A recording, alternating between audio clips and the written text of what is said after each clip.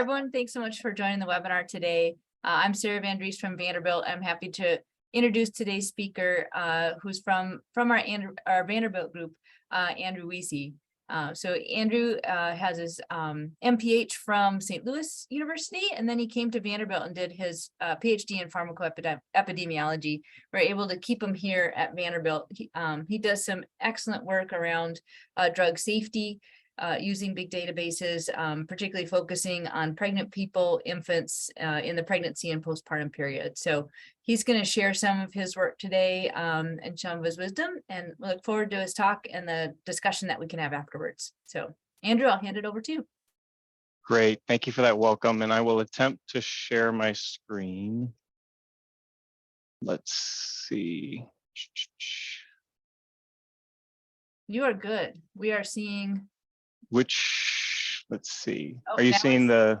Now we're seeing switch. Yep. So we'll need to swap. Did it switch? Yep. Now we're seeing the slide.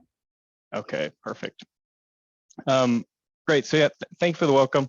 I'm Andrew Wiese. I'm an assistant professor in the Department of Health Policy, and I am a pharmacoepidemiologist. And so today, I'm thankful to have the opportunity to talk about leveraging leveraging real-world data to inform the safe prescribing of opioids in the postpartum period. And it sounds like maybe the preferred setup for this is that I present for 30 minutes and then we have time at the end. I will say if this is sort of a 25 to 30-minute talk. So if there are questions that pop up where you want to ask, this seems like a small enough group that I might be able to sort of pause and add more detail if it's helpful to the presentation. So we sort of have three objectives for the talk today. And so the first is to briefly characterize the potential use of real-world data to conduct drug safety and effectiveness studies during pregnancy and in the postpartum period. Then to sort of our anchoring example about the potential use for this type of data is to discuss examples of using real-world data to inform the safe prescribing of opioids in the postpartum period.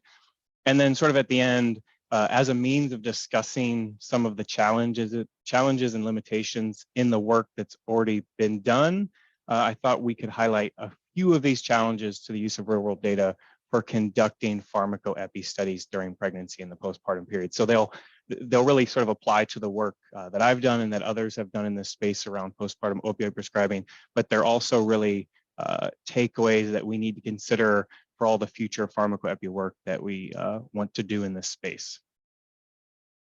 And so I think we need to start as we consider, real-world data and real-world evidence sort of in the drug safety and effectiveness space, with the recognition that randomized controlled trials have been and will continue to be the gold standard for regulatory approvals of new drugs and technology, that is still the best way to measure those. However, I think we're all aware that RCTs have their weaknesses. The first is that they're often small. The second, especially from a regulatory drug approval standpoint, they're often in comparison to placebo, they're obviously very expensive to run, and they're usually unable to detect rare safety concerns, and they're also often not set up to examine longitudinal health outcomes, maybe sort of much farther downstream from a particular drug exposure. And so that's where real-world data and real-world evidence can help fill the gaps. And so it's my belief, and I think a lot of us on the call's belief, that well-designed observational studies with real-world data using robust analytic methods can address knowledge gaps where RCTs are not feasible. So it can allow us to potentially study long-term health outcomes, for example, with longitudinal data sets that we may have. It can allow us in certain situations to use a more clinically relevant comparator. So instead of trying to compare it to placebo, if we're looking at a new drug, we can compare how that drug works for a particular condition against existing drugs that are already used to treat that condition or disease. And then I think it can help fill in the gaps where there are sort of ethical considerations and concerns that prevent RCTs in certain groups. So obviously one of those groups is pregnant women and children, where it can be more difficult and sometimes unethical to have an RCT. And so that's where we can use this real world data and real world evidence to see what are these patients actually using to then determine whether or not these drugs are safe and effective. And so my anchoring example for this idea that we can do this is sort of the use of real world data to examine the safety of postpartum opioids prescribed at discharge. Right, so I do want to focus that a lot of this work is really going to be focusing on those opioids that are prescribed at discharge and less on sort of post-delivery in hospital opioid use. And so briefly, sort of, I want to introduce this background of why are we concerned about postpartum opioid use. So the first idea is that childbirth represents the first exposure to prescription opioids for many patients. The first reason for that is opioid prescribing is common after discharge for cesarean birth, which is the most common surgery in the United States. But something we found that when we started this work is that we have found that opioid prescribing is also common after discharge for vaginal birth. And so we know there's some geographic variation in that sort of nationally across the US. And there's even geographic variation in it sort of within the state of Tennessee. And so this particular figure is from results from a paper that was published from within our Vanderbilt group that just looked at the variation of discharge opioid prescribing by facility in Tennessee. And so we could see that in 2015, there were already many large hospitals that were sort of very rarely prescribing opioids after vaginal delivery, but that the distinct sort of majority were prescribing it about 50% of the time. And then we did have a large number of facilities that were still prescribing opioids after vaginal delivery around 70 to 80% of the time. And so this idea that even with all of this increased knowledge around opioid prescribing, it appeared that there was still a lot of routine opioid prescribing going on for vaginal deliveries in addition to cesarean deliveries. And so obviously, if something like this is this common, we might sort of expect, okay, what specific policies, guidelines, or recommendations guide our postpartum opioid prescribing? And I'll say, especially at the time that we started this work, and even now, I'll say the guidelines are not that detailed. I'm not going to say they're not helpful and they're not important, but they're not that detailed. So we have the CDC guidelines that came out sort of more broadly for any opioid use. So this is not specific to postpartum opioid use, but the CDC guidelines call for non-opioid treatment as the first line. They call that if you're going to initiate opioids, you should initiate at the lowest effective dose. And they sort of also raise concerns around prescriptions for opioids that have a dose that is 50 MME per day or greater. Specifically within the postpartum opioid prescribing space, there is the ACOG statement that calls for non-opioid analgesia as a first-line therapy, and then indicates that opioid medication as an adjunct for patients with uncontrolled pain, despite adequate first-line therapy, is sort of a recommendation. What that doesn't do is maybe tell you at a provider level, should I prescribe opioids to this particular patient? And if I've decided that opioids are an appropriate part of their pain management, how much or what should the prescription look like?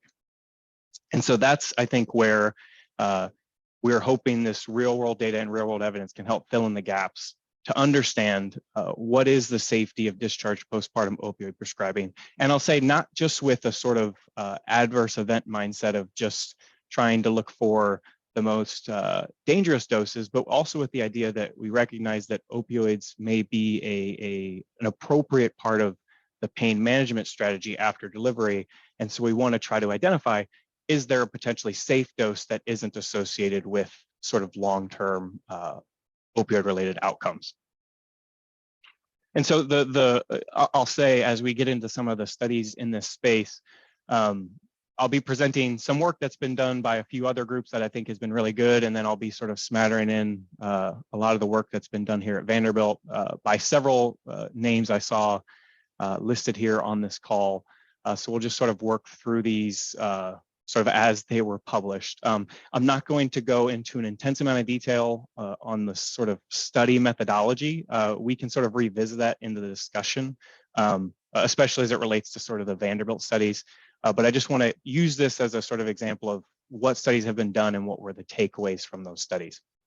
And so the first study in this space was led by Brian Bateman in 2016 that was published in AJOG. And what they were sort of attempting to do is to not focus on just opioid prescribing in and of itself, but to to use something called trajectory modeling to try to identify groups of patients who at delivery may be at an increased risk of becoming persistent opioid users. And so what they did in their study is they had a commercial claims database with over 80,000 opioid naive patients with cesarean delivery. And the way they defined persistent opioid use was just whether or not a patient filled an opioid in each of the sort of 12 months after delivery. So they were tracking, in month 1 after delivery, month 2, and so on. Did these patients fill an opioid? And so what they found with their trajectory models was, I think because they weren't focused on sort of dose or the prescription in and of itself, what they found is that persistent opioid use was fairly rare in this population. I think about like 0.5% of the population went on to become persistent opioid users, but that they did identify this group with substantial sort of comorbidity from a psychiatric perspective and a pain condition perspective and a substance use perspective who were at a higher risk of becoming a persistent opioid user. So this was an important study to identify that some patients after cesarean delivery were at heightened risk for becoming persistent users, which is a potential sort of measure of someone who has become dependent or addicted to opioids. Okay, so the next study in this space was one led by our group and specifically led by Sarah Osmundson within our group. Our idea behind this study was to sort of focus less on trying to identify these groups at higher risk, but to really sort of get at the potential causal effect of the characteristics of the discharge opioids and how that potentially increases or potentially decreases the risk of becoming a persistent opioid user in the year after delivery. And so for this study, and I'll sort of pause and say for any study that sort of involves the Vanderbilt group, the data sources for this project, or the data source for this project comes from our Tennessee Medicaid Mother-Child Linked Data Platform. And so this is, I think, a fairly unique platform here at Vanderbilt in which we've been able to get Tennessee Medicaid data, including enrollment data, claims data, and filled prescription data from pharmacy files. And we've been able to link that to our Tennessee Vital Records data. So for each of our patients, we can link their Medicaid data to birth, death, and fetal death certificates. And so what that allows us to do is it's not something I guess it's more of an advertisement for the work that we do. It's not something we used for this postpartum opioid work because we were largely focused on just the birthing parents. But what it allows us to do is to identify dyads of birthing parents and their children so that we can track their pregnancy-related exposures and their postpartum related drug exposures and see the impact that has on both maternal and childhood outcomes. So again, that's just sort of a plug for our Tennessee Medicaid Mother-Child Linked Data Platform. And then the other piece of that is relevant to some of this work is that we've also linked that data to our Tennessee All-Payer Hospitalization Registry. Okay. And so again, in this study, the intention here was to really focus on the sort of effect of the characteristics of the opioid prescriptions themselves. So our exposure of interest in this setting was really the timing and the sort of the number and the timing of prescriptions that patients received in the initial postpartum window from sort of delivery through day 42 after delivery. And so what we did is we broke this up into sort of 2 windows. One we called the early postpartum window, which was delivery through day 7 after delivery, and then sort of the late window, which was day 8 through day 42 after delivery. And what we wanted to see is patients who filled opioid prescriptions sort of in different combinations of those windows, did they have differential risk of becoming a persistent opioid user compared to individuals who did not receive an opioid prescription after discharge. And so in our population, we had over 100,000 individuals in the study. So this included both cesarean and vaginal deliveries. And so what we found, if we can look at this figure, is for the non-users effectively, their 2 lines, whether they had a vaginal or cesarean delivery, their sort of cumulative incidence of being a persistent user in sort of each follow-up window in the year after delivery was pretty low. So there was an initial percentage of around maybe 5 to 10% who continued or who, even though they didn't get a postpartum opioid, they did fill one from day 43 to 90. but then the number that filled an opioid in the subsequent periods declined to around 0.1% at 1 year after follow-up. We saw something similar among those who filled only an early prescription. So these are patients who only filled a prescription in that first sort of 7 days after delivery, but then didn't fill anything else in the postpartum period, that they had a higher cumulative incidence, but that sort of by, the end of year 1, their cumulative incidence of being a persistent opioid user at year 1 was around 0.3%, regardless of whether they had a vaginal or cesarean delivery. And then importantly, when we looked at those individuals who filled both an early and a late prescription, so these would be patients who filled at least 2 prescriptions and they really filled them sort of across the postpartum period, we see this substantially higher risk of a patient becoming a persistent opioid user in the year of follow-up. And so you can see here that at the end of year 1, our cumulative incidence estimates were about 3.4% for cesarean deliveries and around 5% for vaginal deliveries. And so the takeaway from this particular study, and I'll sort of note too that in this study, because we were focused on opioids as the exposure, we just accounted for all sort of relevant covariates in our regression model. So we accounted for a long list of baseline comorbidities and baseline conditions that we identified during pregnancy. We identified for, or we adjusted for delivery characteristics identified from our claims data, but also from our birth certificate data. So remember, we have sort of linked data to the birth certificate, so we could account for all the birth certificate information as well as anything that might have happened in that initial 42 days after delivery. So we accounted for all those covariates to really try to see what was the impact of opioids alone. And so what we found is that filling 2 or more prescriptions throughout the postpartum period was associated with an increased risk of becoming a persistent opioid user. Okay, and so the next, so again, these are not all of these studies are from our group at Vanderbilt, but they're all sort of evidence of real world data being used to create real world evidence in this space. And so there was another really good study done by Peel et al. That was published in 2019, in which they used a commercial claims database with over 140,000 deliveries from a single large national payer.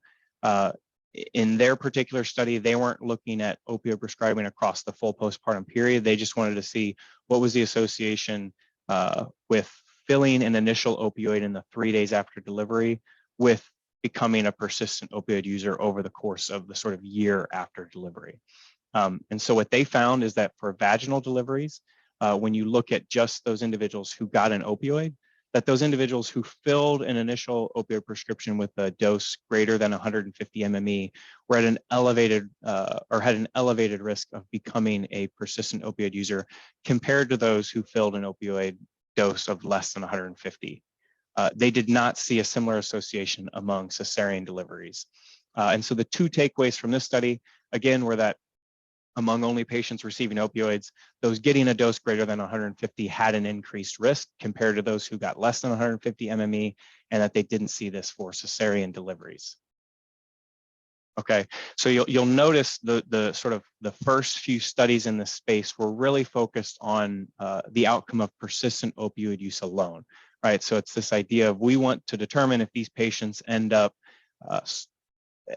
using opioids sort of chronically, or using them in a way that may be a sign that they're either dependent on them for pain management or that they have a potential addiction to the opioid drug. But it doesn't get at maybe some of the what we would consider more severe or serious opioid related events. And so in our next study at Vanderbilt, what we wanted to do was to ask a similar question that we asked in our prior study, but to instead look at how postpartum opioid prescribing was associated with this composite outcome of any serious opioid-related event. And so in this study, what we were really interested in looking at is whether there was an increased risk for a patient becoming a persistent opioid user, which we define using sort of this criteria, but also whether they had an increased risk of having a methadone or buprenorphine prescription fill, which again is a potential marker of opioid use disorder.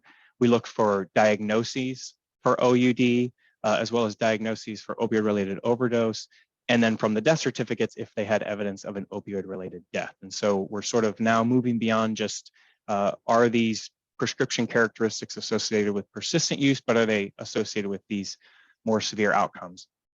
And so what Sarah's paper found can be shown here in the cumulative incidence curves. I think it's the sort of best way to describe it. I'll say the results are very similar in our Cox regression, where we were actually using hazard ratios to make these comparisons.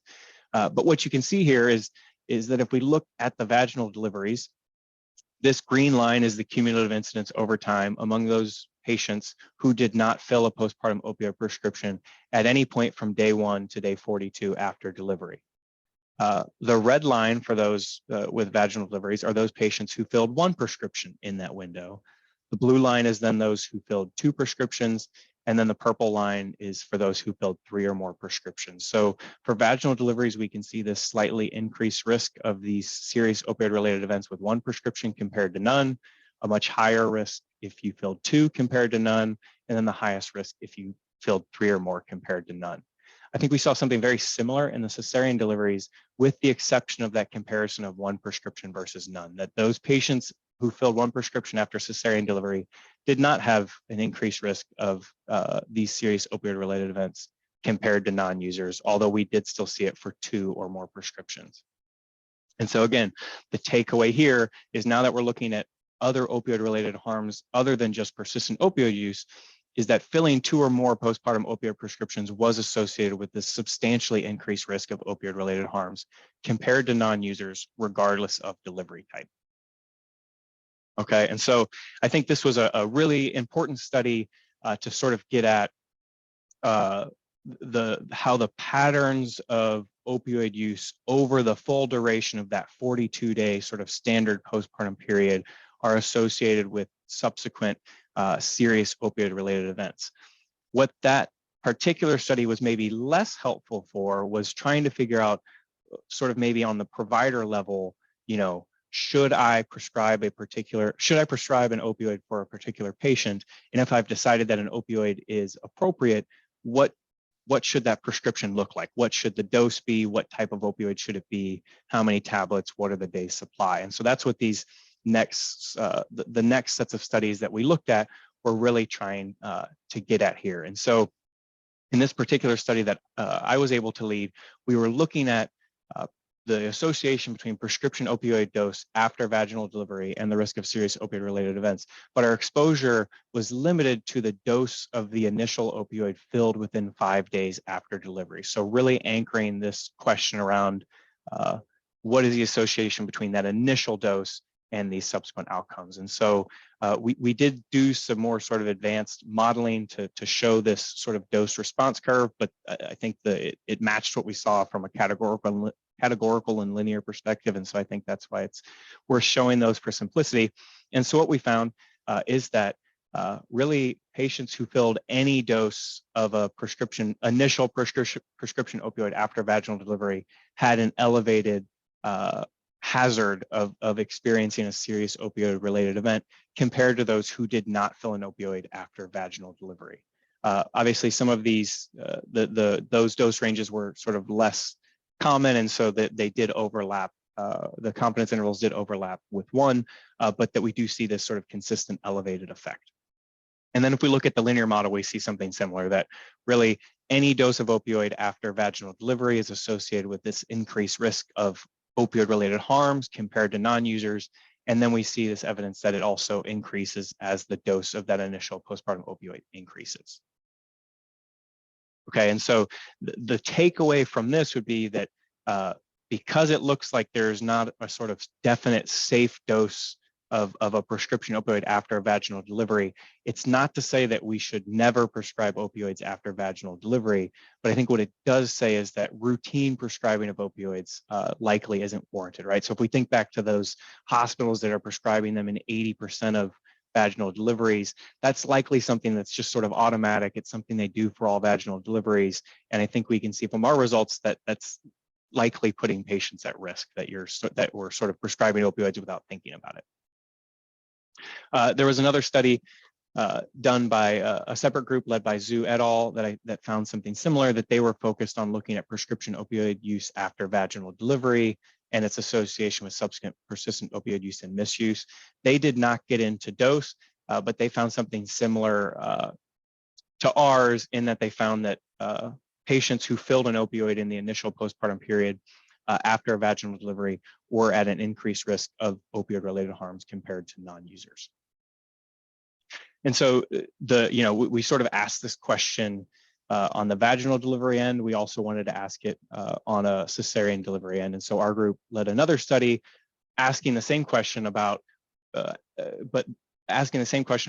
what is the association between initial postpartum opioid dose and the risk of serious opioid-related events, but more specifically wanted to look in the cesarean delivery setting. And so what we see here is something a little bit different in that although we see an elevated effect here of sort of, when we look at dose, we can see that at low doses, there is this elevated but non-significant risk of a patient becoming a persistent opioid user. So it's elevated, but it's not significant. And part of the reason why it's not significant is this dose range, sort of less than 100 MME, was very rare in our population after cesarean delivery. And so, I think that what you see here is this elevated but non-significant effect. But what it really shows is there's likely not enough data in that low dose range to know sort of what the sort of specific safety characteristics at that dose range are. But what we can see is that more common dose ranges that patients who fill an initial postpartum opioid greater than 100 MME were at a significantly elevated risk of serious opioid-related events compared to non-users, and that risk increased as the dose increased. And so obviously that's helpful to understand how dose, may be associated with outcomes. It may help a provider understand, that I need to prescribe a lower dose if need be. But what we also wanted to do is to focus less on this question of MME, which may not be sort of on the front of the mind for a provider, but to actually get down into some a priori secondary analyses where we really stratified by opioid type, opioid strength, and by the tablet number and by the day supply. And so that's what we did here in the second figure. And so what we found is that for all hydrocodone formulations and for all oxycodone formulations greater than 5 milligrams strength, that really, regardless of the tablet number and regardless of the day supply, we saw this significantly increased risk of serious opioid-related events. Although at those lower sort of tablet numbers, there were wide intervals because those were so very rarely prescribed. And then interestingly, we did notice, I don't want to take too much away from it, but we did notice this interesting finding that for patients who received an oxycodone prescription of with a strength of 5 milligrams or less, that those who received only 10 tablets actually did have a null association. So we did not see that they had an increased risk of serious opioid-related events compared to non-users, which may be a potential sign in our sort of population that this was a safe dose. So again, the takeaway here would be that certain postpartum opioid dose ranges are not associated with a significantly increased risk of opioid-related harms, although it's tough to really know what's happening in those low dose ranges because they were so rarely prescribed. And then I also think what our sort of second table shows is that future research on serious opioid-related events really should consider looking beyond just MME dose. That obviously that gives us a good way to understand what's happening across multiple opioids and multiple types of prescriptions. But from a provider perspective and from a patient perspective, if the data is there, we may also want to try to understand what's happening sort of at the individual opioid type and strength level. Okay, and so the summary of this sort of our existing real world evidence on postpartum opioid prescribing is that, the first takeaway is that routine prescribing of opioids after vaginal or cesarean delivery is not warranted, right? It's not to say that opioids should never be prescribed, but if a facility or a provider is just sort of automatically prescribing these opioids in every situation, our data supports that, there's enough evidence of a safety signal there that that's not something they should be doing.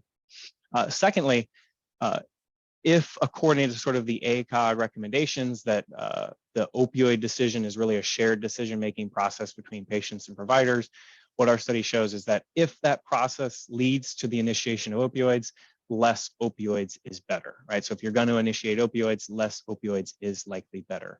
And I thought it was just sort of worth noting as we think about how to continue to sort of prescribe less opioids in these scenarios. There was a recent paper from 2022 that was ER settings, but I think it has applications elsewhere, which is that we've our interventions to reduce opioid prescribing have been largely successful at reducing the opioid prescribing rate. So sort of if it's preventing more people from ever getting an opioid, but the interventions that are aimed at sort of decreasing the quantity when an opioid is initiated have been less successful. So I think that's just something we need to keep in mind, that when opioids are being initiated, they still may be getting initiated at doses that are potentially unsafe. Okay. I think our work also shows that additional work is necessary to better identify whether a safe dose exists after cesarean delivery. The evidence seems more clear for vaginal delivery that there wasn't really a safe dose, whereas for cesarean delivery, it would be interesting when we get more data at that low dose range to see if those individuals sort of had the same risk of serious opioid-related events as compared to non-users. And then this is, I think, a question for many in this group. I think there's a lot of work that still needs to be done, sort of examining the association between in-hospital opioid use and how that is associated with subsequent outpatient discharge opioid use, and how that sort of combination of opioid use can impact subsequent serious opioid-related harms, right? So I've seen many EHR-based studies that have shown that increased in-hospital use after delivery is predictive of increased outpatient discharge opioid use, but very few studies, if any, have actually tried to sort of look at both of those things together on the risk of serious opioid-related events. And the reason why they've had to do that is because these studies have either been limited to EHR data alone or to claims data alone. And so I think there's a lot of opportunity for many of us in the space who are trying to link EHR data with claims data, in which we could study both of those exposures on the risks of these outcomes.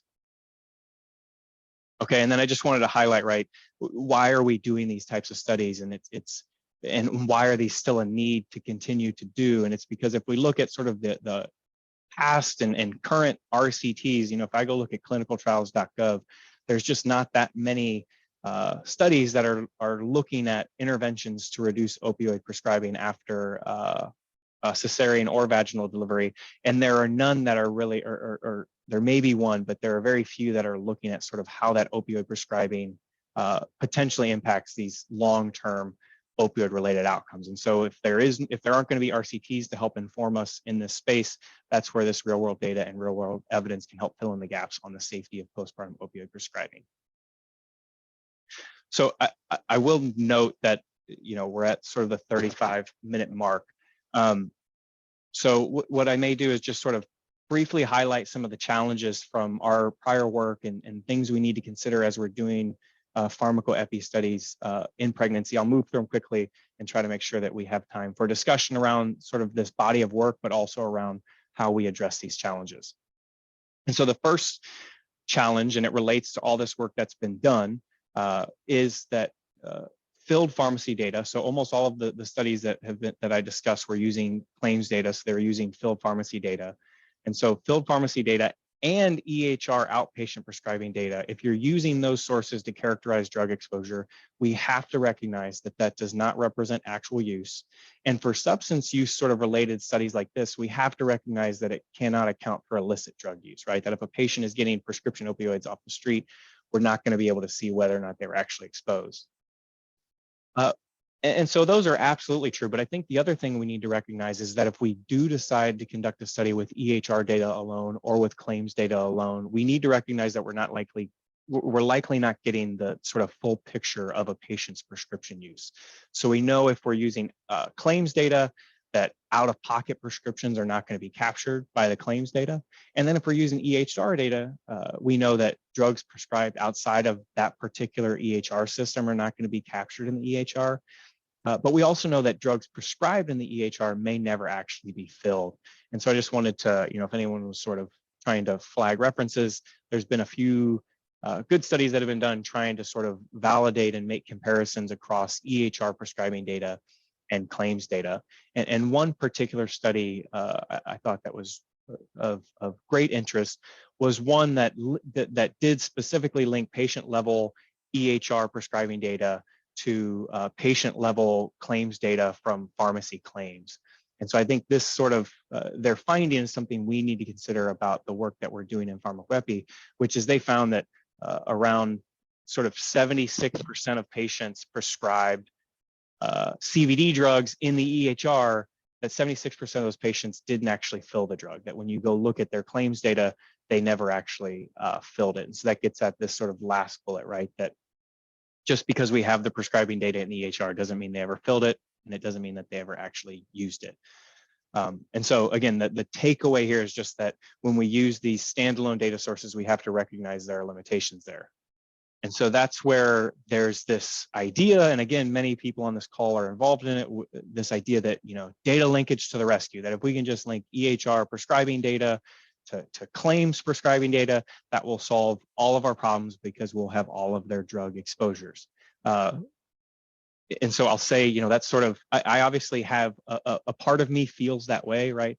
I'm actually involved with Stephen Patrick's component of sort of our work under the sort of MPRINT umbrella, looking at outcomes among mothers and children affected by opioids, in which we are proposing to link VUMC EHR data to our 10 care claims data, to our Department of Health data, and to some other data sources, so that we can use all of those different data sources to identify potential opioid exposures. And so there's no question that these data linkages will help us better characterize prescription drug exposures.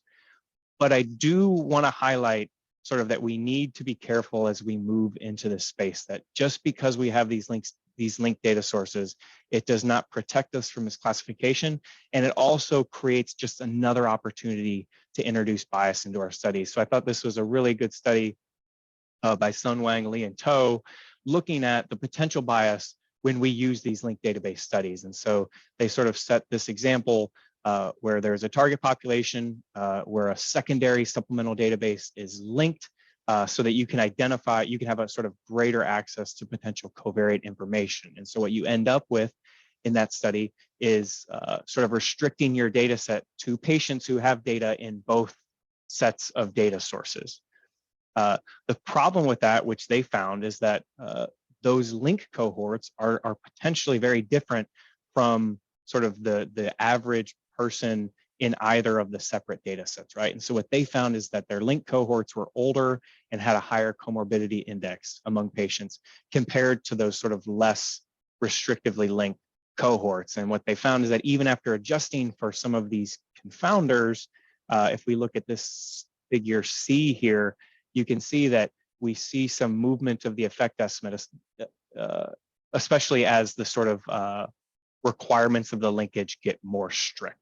Okay, so this is just meant to highlight that I think we need to be careful that just because we have linked data, that all of a sudden we don't still need to make very careful methodological decisions and understand how our methodological decisions might be impacting our findings.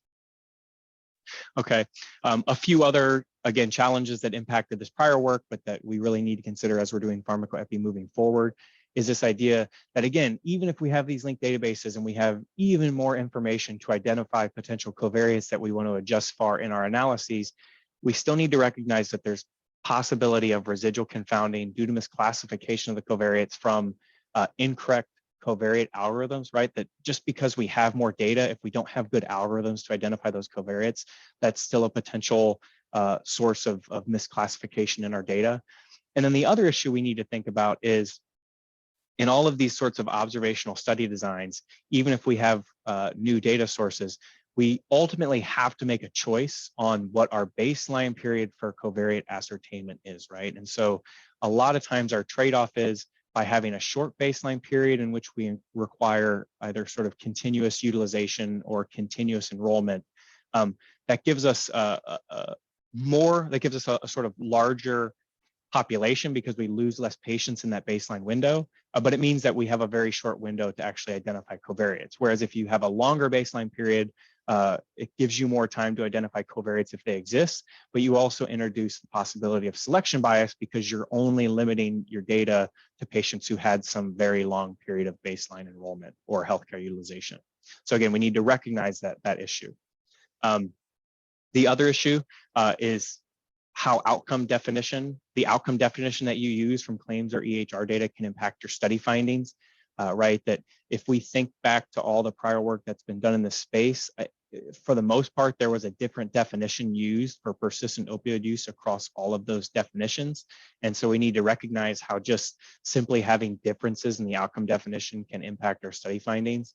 And so I think that the sort of takeaway from that is to use validated phenotypes when available, and even if they're available, to also validate it in your own data set when possible. That we don't want to just be sort of creating these phenotypes willy-nilly and then trying to interpret what the study findings mean.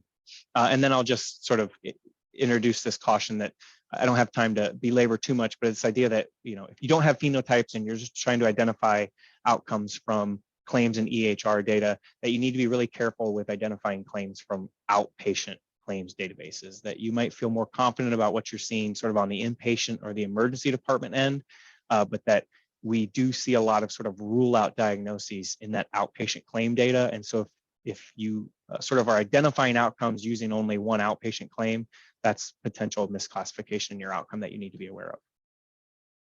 And then I think it's important to highlight that, you know, how we define exposure from prescription drug data can absolutely impact our study findings as well, right? That ultimately we don't have actual use. This is not an RCT or an experiment where we can see actual use. And so we need to recognize that how we define drug exposure from prescription drug data can have major implications can introduce potential bias and have major implications on our study findings. And that's especially important in pregnancy and the postpartum period, right? Because the timing of the drug exposure during pregnancy can be so important for trying to determine whether that drug is potentially associated with a health-related event. And so because of that, I'm sort of urging caution to sort of our group and to our science moving forward, that wherever possible, use specific measures of prescription drug use, right? Don't just limit yourself to sort of looking for drug search terms from the notes, and to measure prescription drug use sort of as granular as you can, right? If you can get it at sort of the daily level, it may involve more programming to do it, but that can be more beneficial than just trying to sort of do these causal inference studies where your exposure is just, did the patient ever use a drug at any point during pregnancy? That may be less helpful for this type of work. And then I think the big thing is, as we think about how all these different decisions can impact our study findings, is we really need to be purposeful about considering a priori sensitivity analyses to understand how methodological decisions impact our observed results, right? So if we make a decision around what type of baseline should we use, and we make a decision about how we're going to measure our exposure and our drug exposure, and we make a decision about how we're going to measure our outcome, we want to sort of think on the front end, how can we vary those decisions? How can we vary those decisions to see, to sort of be able to test the robustness of our findings to those particular definitions? Now, obviously that raises concerns about sort of digging on the back end for these questions. And so I think that's why it's important. And I think there's a move sort of within the pharmacoepi space that for these types of drug studies using real world data, you really want to have a working protocol with your primary analysis and all of your potential a priori sensitivity analyses outlined before you ever start the work. And there's sort of this move to suggest that we do something similar to clinical trials where we actually archive that working protocol so that you can see how a sort of final product compares to what the research group said they were going to do. And then the final plug is just to say, if you're doing any kind of drug safety study, I really think you should include a pharmacoepidemiologist on your team, that you may have a biostatistician and a clinician and an epidemiologist, but that it can be really helpful to have somebody trained in pharmacoepidemiology to help you sort of understand the methodological decisions you're going to have to make when using real world data to do drug safety and effectiveness studies. So in summary, overall, again, it's this idea that well-designed observational studies using robust analytic methods can address knowledge gaps where RCTs are not feasible. Use of healthcare utilization databases for pharmacoepi studies in pregnancy are increasing. Linked databases offer new opportunities for reducing misclassification, improving confounding control, and studying more longitudinal outcomes. But we need to recognize that it's important to understand trade-offs of our various methodological decisions. So I know that was a lot to cover, but thank you for your time. I'm happy to sort of take questions and to have a discussion around these topics. Thanks, Dr. Wiese. That was great. What an amazing tour of some of the work that you've done and some of the work from other sites as well. I'll encourage people to use the chat box and or to raise your hand if you have questions, just because there's enough people here that it's hard for us to see everybody on one screen. So maybe as people are thinking of questions, I had a couple questions that came to mind as I was listening. One was, it seemed like in several of the studies that you showed in the first part of your talk, that there just was higher, and maybe this is a naive question, but it looked like there's higher risk for opioid persistence and bad outcomes in general with vaginal deliveries than with cesarean deliveries. Or at least there's a more increased risk with opioid exposures amongst that group of people. So is that real? And if so, like, is there any theories as to why that could be? So is your question around that?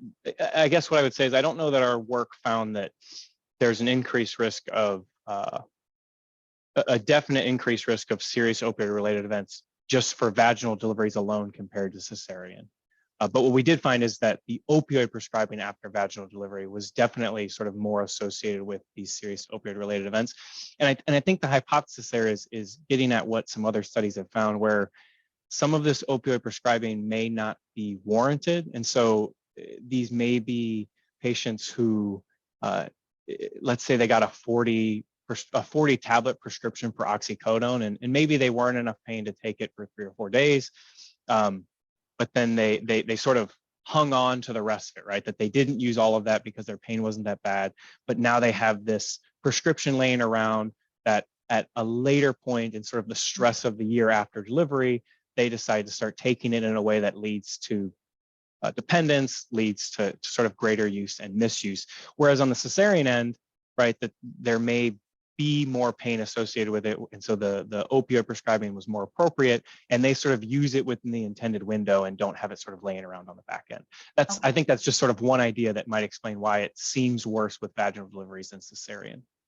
So it may be that opioids are bad, but leftover opioids are really bad. Yeah. And I think you've seen that, like I know Sarah Osmundson has led some work where that's almost sort of their intended goal in their sort of trials is to just reduce the amount of opioids that a patient has left over. Okay, great. It's a great question though. Another thing I was wondering about, because it seemed like I was really surprised and disheartened by the amount of opioids being prescribed after delivery in our great state of Tennessee. Now in recent years, it's gotten a lot harder to prescribe opioids. Like there's a lot more rules and regulations and MME ceilings and documentation. Are you all seeing an impact of those policy changes, those legal changes in the state? Is it working, or is it just creating more clicks for doctors? Yeah, I'll say that actually gets at another limitation I guess we need to think about with real world data is the data lag, right? That a lot of these studies were based on older data. I think what we're looking forward to as we get our newer data is to actually see what does opioid prescribing look like in more recent years, to see if we think about that sort of the Tennessee hospital specific trend, do we still see that wide a variation, or do we see some of those higher prescribing hospitals coming down, to see if any of these policies are actually working. And for those on the call that aren't in Tennessee, was it 2018, 2019 that some rules changed with we have maximum of 3-day prescriptions without a clear indication, and then a requirement if you prescribe longer than that you check the database, that you have a contract with the patient, sort of much more stringent rules. So the days of getting a 30-day supply of oxy after a routine surgery hopefully are over. Yeah, and I'll say it wasn't from our state, our particular data, but I know I've seen a few studies that get at this question that ultimately sort of the day supply is kind of arbitrary. I don't want to say it's arbitrary, but for the sort of I think for the pharmacist, it kind of is. And so that some of those sort of 3-day limit rules led to sort of a higher number of tablets being prescribed. So they were still saying it was a 3-day prescription, but now instead of it being 10 per day, it was sort of 15 per day. And so it's a question of, is that the way that providers are working around this to say, hey, I'm going to say this is a 3-day prescription, but use it for 5 or something like that. So. You can take this every 3 hours as needed. And then, you still end up with all those leftovers. So I'm gonna stay quiet for a moment and give other people a chance. It looks like Sarah Queenie has her hand raised. Yeah, thanks. Excellent talk, Andrew. I really appreciate it. And it's a lot of the research I've looked at in recent years on this as well. And can you talk about what any of the issues you've had in using the EHR data? I thought you did a great job of talking about the challenges, but how are you identifying the opioid adverse events? Is it using natural language processing methods, or do you work more with structured data in your work? Yeah, so I'll say most of my prior work and a lot of the work we presented here, this is all coming from structured administrative data. So it's not using any EHR data. So for our outcomes, sort of, I described this broad, serious opioid-related event outcome. Persistent opioid use is defined using the pharmacy fill data. If they use a certain number of prescriptions within a certain amount of time, they're a persistent user. Whereas all the other outcomes are being identified using either claims data or death certificate data, right? So for the OUD diagnoses, we can identify that with claims. And for opioid-related deaths, we can get that from the death certificate data. So I have not done any work on the sort of EHR validation end. That is work I know that others like Wei Chi at Vanderbilt are working on, and that's something that we're actually working on together as a part of one of our projects, is to sort of validate how we're identifying opioids from the EHR. So, trying to get at, let's identify them using those specific RX norm codes, but let's also do search terms from sort of, medication reconciliation records and those types of things, so we can make comparisons on what is the best way to identify these types of drugs from the EHR. So I'll say, at least on our end, that work is still being done. Great. Yeah, I know one of the things we've looked at is the diagnosis of opioid use disorder, and the use of the ICD and CPT codes for that is much lower than the actual disorder if you are searching through the medical records and the free text. So Definitely, yeah. Important to understand those limitations, and as you mentioned, the are they actually getting filled and taken, and information. So.